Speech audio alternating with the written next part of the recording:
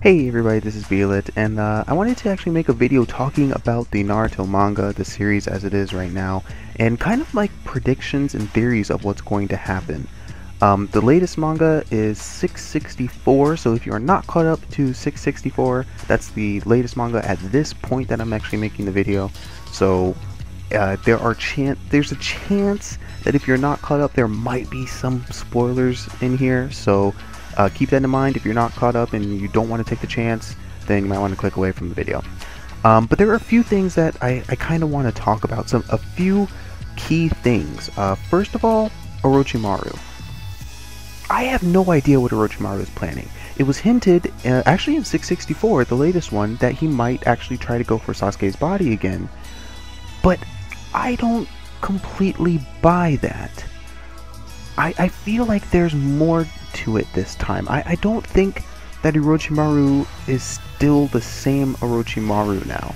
I feel like he's plotting something else. I feel like he's going to use the war to achieve something greater.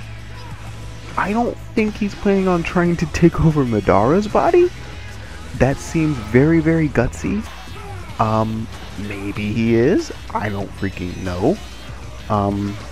I mean, he's probably at full power right now, but I don't suspect that full power would be enough to take down the Sage of the Six Paths, unless he tries to work with the other shinobi and then try to slip in there at the last second, which is possible. But I don't know. I really don't know what his issue is right now. I don't know what his goals are. But I was wondering what you guys thought. So far, the only thing I can think of is that he just kind of wants to see how things play out before he makes some kind of move. Obviously, he needs the world to not end before he gains control of it. He obviously at this point does not want Madara to win. I think every shinobi there, every shinobi in the world really, does not want Madara to win. They all benefit from Madara not winning. So I think it's safe to say that Orochimaru is going to fight against Madara to some degree. But what is he going to do when Madara is no longer a threat? That's the big question here. And so far, I don't think it's Sasuke's body anymore. That just doesn't seem right. It doesn't seem like that's really what he's after. He's very... Right now, he's really been looking after Sasuke, just watching him, and I think that's the key thing to kind of latch on to. He's just watching what Sasuke is doing, and I think that there's a purpose for that. He might make a decision further down the line depending on what Sasuke does in the future. Now, right now, of course, there is a situation with Sasuke and Naruto. Naruto has had the Kyuubi extracted from him, and Sasuke has been seriously wounded from Madara. Here's the thing. I didn't even want them to act like Naruto was going to die, to be completely honest. We know he's not going. We know something is going to happen to keep him alive. I mean, don't bother, you know? That being said, it would be interesting if he did die, but it's not gonna happen. First of all, you have the Kyuubi still sealed in the fourth. Well, the half of the Kyuubi still sealed in the fourth. But secondly, you also have Kinkaku, and the reason I mention that is because in the latest chapter, 664, this is the most important chapter, I guess. Madara's newfound Sage of the Six Paths powers somehow give him the ninja tools of the Six Paths inside of him, and he just spits them up. Naruto was brought by Gaara and Sakura to the fourth Hokage and Kakashi, who were fighting Obito, who had been enveloped by the Black Zetsu. He still has Madara's left Rinnegan, and the Black Zetsu is trying to escape from them, essentially, and Kakashi and the fourth are trying to prevent him. So Gaara gets Naruto over to Minato, and of course lets him know that he has to put his half of the Kyuubi into Naruto to save him. The problem is Black Zetsu gets in the way, and it's unclear. In one of the panels, you actually see him speaking to the Kyuubi, and I'm not entirely sure if that means that he took all of the chakra, or if he took part of it, or if he's at least got some kind of connection to it now. I don't know exactly what it means. It is possible that he has all of the chakra now. If so, that's interesting. But it does not mean that Naruto is dead, which I will get to in just a second. Now we have Sasuke, who's lying down on the freaking ground, bleeding out. It looks like no one's in sight, except for one person that we don't completely know, although we have a pretty good idea. All we know about this character is that they don't have shoes. Kabuto was barefoot the last time that we saw him, and he's been in a cave for a while, and trapped under the Izanami, I believe, Aijutsu that Itachi placed on him, doomed to go into a loop until he makes a change. Now, there are two things that could happen from this loop. He could either make a change for a positive reason or a change for a negative reason, but I'm not entirely sure if the Izanami dictates that you have to have a positive change, that you have to have some kind of change that comes about for a positive reason. I think you have to have some kind of change, but I don't think it has to necessarily come from the right place. You have to, I guess, admit something to yourself. You have to change. Okay, we'll just leave it at change. And my memory of the Izanami thing is still a little fuzzy. I don't think it was explained all that well, to be completely honest. Maybe it's the translation to English that didn't do it justice, but the whole Izanami thing was a little fuzzy. But in one of the earlier panels of 664, as Orochimaru and the crew are racing to Sasuke, Karen mentions that whoever is next to Sasuke has a really terrible feeling to their chakra. And she must not, she does not actually recognize the chakra.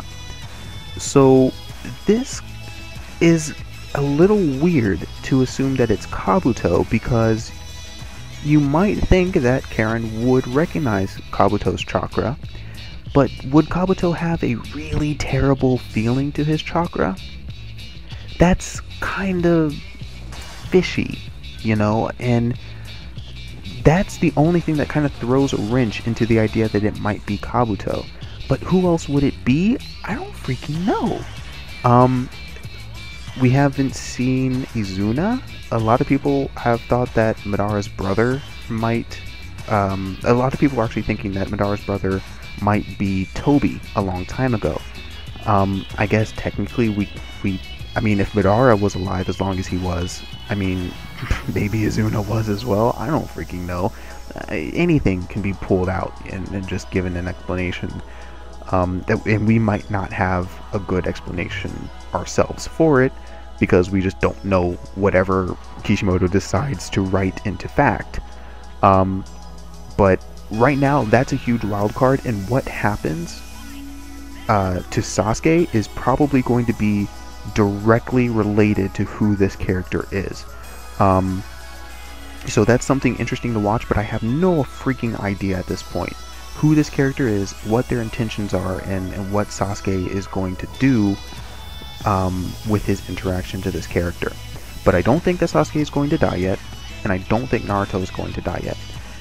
Now, let's go to the ninja tools that dropped by Guy, Lee, and Tenten. One of them was the pot that Kinkaku was sealed in. Kinkaku was he was the gold brother, I believe. You had the gold and silver brothers, Kinkaku and Genkaku, and part of their legend was that they were inside the stomach of the Kyuubi for a while. They ended up getting eaten by the Kyuubi, and they actually survived inside of it by eating from its stomach, and by eating from its stomach they actually gained its chakra. So with the Kyuubi's chakra inside Kinkaku, and Kinkaku did have the Kyuubi's chakra when he was revived with the Edo Tensei. If you can get him out of the pot, of that giant pot that he was sealed in, theoretically, you would then have access to the Ninetales again. If so, talk about a Deus Ex Machina. I mean, that's freaking ridiculous. Like, Gaara, or not Gaara, Madara just spits out his end. He spits out his defeat, essentially. That'd be ridiculous if that's actually what ends up happening. Just way too convenient. And he spits it out straight into people who are fully capable of using it. Who are fully capable of getting it where it needs to go in like a second. You know? And that leads me again to the final thing that I actually want to talk about. I think it's the final thing. At least off the top of my head for right now. It's the final thing. But you know how I am, I ramble all the freaking time. Since part 1 of Naruto, the 8 gates have constantly been brought up. We all know the price for opening the 8th gate. The price is death. You have incredible power, but you will die. We know for sure that 2 characters are capable of opening the 8th gate, and I would assume that Kakashi is also capable of doing it, though I wouldn't put my money on it just because my memory is not the best in the world. But we do know that 2 are capable of opening the 8th gate. Someone has to do it. You can't talk about the 8 gates so freaking long and never do it. Someone has to do it. And I don't think it's going to be a kill shot. I don't think it's going to be like a kill. I don't think it's going to stop Madara itself. I don't think it's... I mean, it might help resolve the issue with the Black Zetsu, maybe. It might resolve the issue with whoever has just stepped onto the battlefield next to Sasuke, if they decide that they're going to get in on the fight. But I foresee, well, not really foresee, but I expect that if the 8 gates are, if the 8 gates are used, which I really think they should be, it's going to be a self-sacrifice to save everyone. It's going to be that everyone's about to die. Everyone is screwed, but they get one final chance because of a sacrifice of the 8 gates. Now, who's going to use it? We have Lee and we have Guy. Lee is supposed to stand for hard work. His character is not a person. His character is a philosophy. His character is an idea. For him to die, that's a horrible, horrible hit. And we all connect to Lee on some, to some degree. We can all connect to Lee and what he wants and what he fights for and his determination. Killing him is going to be rough for a lot of people, and I'm sure there'd be quite a lot of butthurt over Lee dying, and you know, rightfully so. He's a very, I wouldn't say important character, but he's a character that has a lot of emotion behind him. When people thought that he might not be able to become a ninja anymore, like he might have when he fought Gaara in part 1, when you thought maybe he's not going to ever be a ninja again, that was heart-wrenching. Because he had so much to prove and he worked so hard and he was limited, but he just kept going. And remember, in part 1 he was unconscious, but he was still standing up ready to fight. He was literally unconscious. Unconscious? Did I actually say that? Wow. He was unconscious, but he was still going to fight. His body was still going to keep going, even though he had no idea what was going on around him. That kind of character dying would be just a stab in the heart to the readers, and a lot of people really like this character, myself included. He's not one of my favorite characters in the series, but I like his character. It's a good character as far as I'm concerned. And then we go to Guy. Now, Guy, of course, is Lee's teacher. The important thing, though, to me at least, is that Guy is Kakashi's friend. Kakashi has lost all of his friends. Well, I mean, he's going to lose Obito. Obito's pretty much fading away. He's pretty much a shell at this point. He's about to go. He thought he lost Obito a long time ago. So essentially, he did in his mind. He had lost Obito. He's gained him back, but Obito's gonna leave again. Guy has been Kakashi's true friend, I feel. Sometimes people say that maybe Kakashi and Guy aren't exactly friends. That, you know, they trust each other, but that Kakashi might not actually see Guy as a legitimate friend. But personally, when you trust someone to the degree that Kakashi trusts Guy, it speaks a lot to what Kakashi thinks of Guy. Obviously, he thinks of Guy very highly. When Kakashi was going to be the Hokage, Guy was going to be his right-hand man. And he made, you know, he didn't even attempt to cover that up. When Kakashi's going out to the battlefield, who's right next to him? A freaking Guy. You know, they're inseparable. But one of the even bigger things that really kind of promotes the idea that Kakashi and Guy are truly friends, aside from the time that they spend together just randomly, it's the challenges, those rival challenges. Do you really think that Kakashi, as lazy as he is, would ever do any of those challenges on his own? I don't think so. I think the only reason that he participates in those challenges is because he's doing them with Guy. It's spending time with Guy. Kakashi's character, he doesn't even show up to things on time. Why in the world would he do 100 laps around the Hidden Leaf Village on his hands? I mean, no. There's no freaking way. Kakashi and Guy are friends. And if Kakashi loses his last friend, Kakashi's gonna break. You know, like he's gonna break. He can't take that. And Shinobi, of course, are not supposed to have emotions, but from time to time we see stuff like that trickle in, and we know that they do have emotions. We know that they do have to deal with that stuff, and that there's a lot of sorrow and stuff that's hidden inside of them. They just don't put it out there.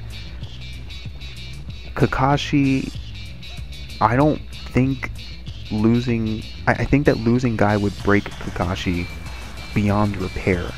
At least as a character, I feel it would have to break him, because he can't lose his last friend.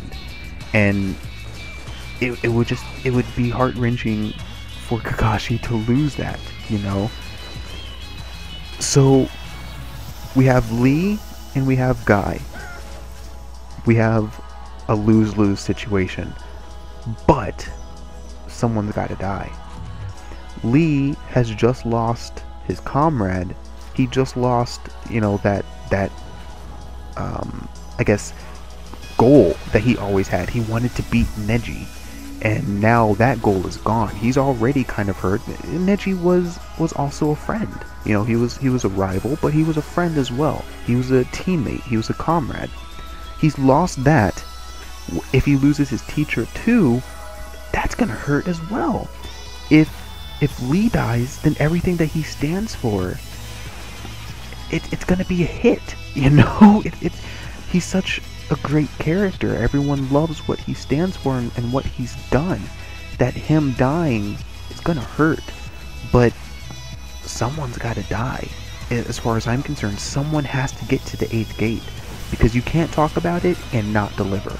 It's got to happen eventually. But I've rambled enough. Let me know what you guys think about the things that I've spoken about, and I know it's probably taken a long time. I'm sorry. Leave your ideas on the things I talked about, or maybe ideas on other things that you might want to talk about in the Naruto series. I hope you guys enjoyed the video. I will see you guys next time. Thanks for watching.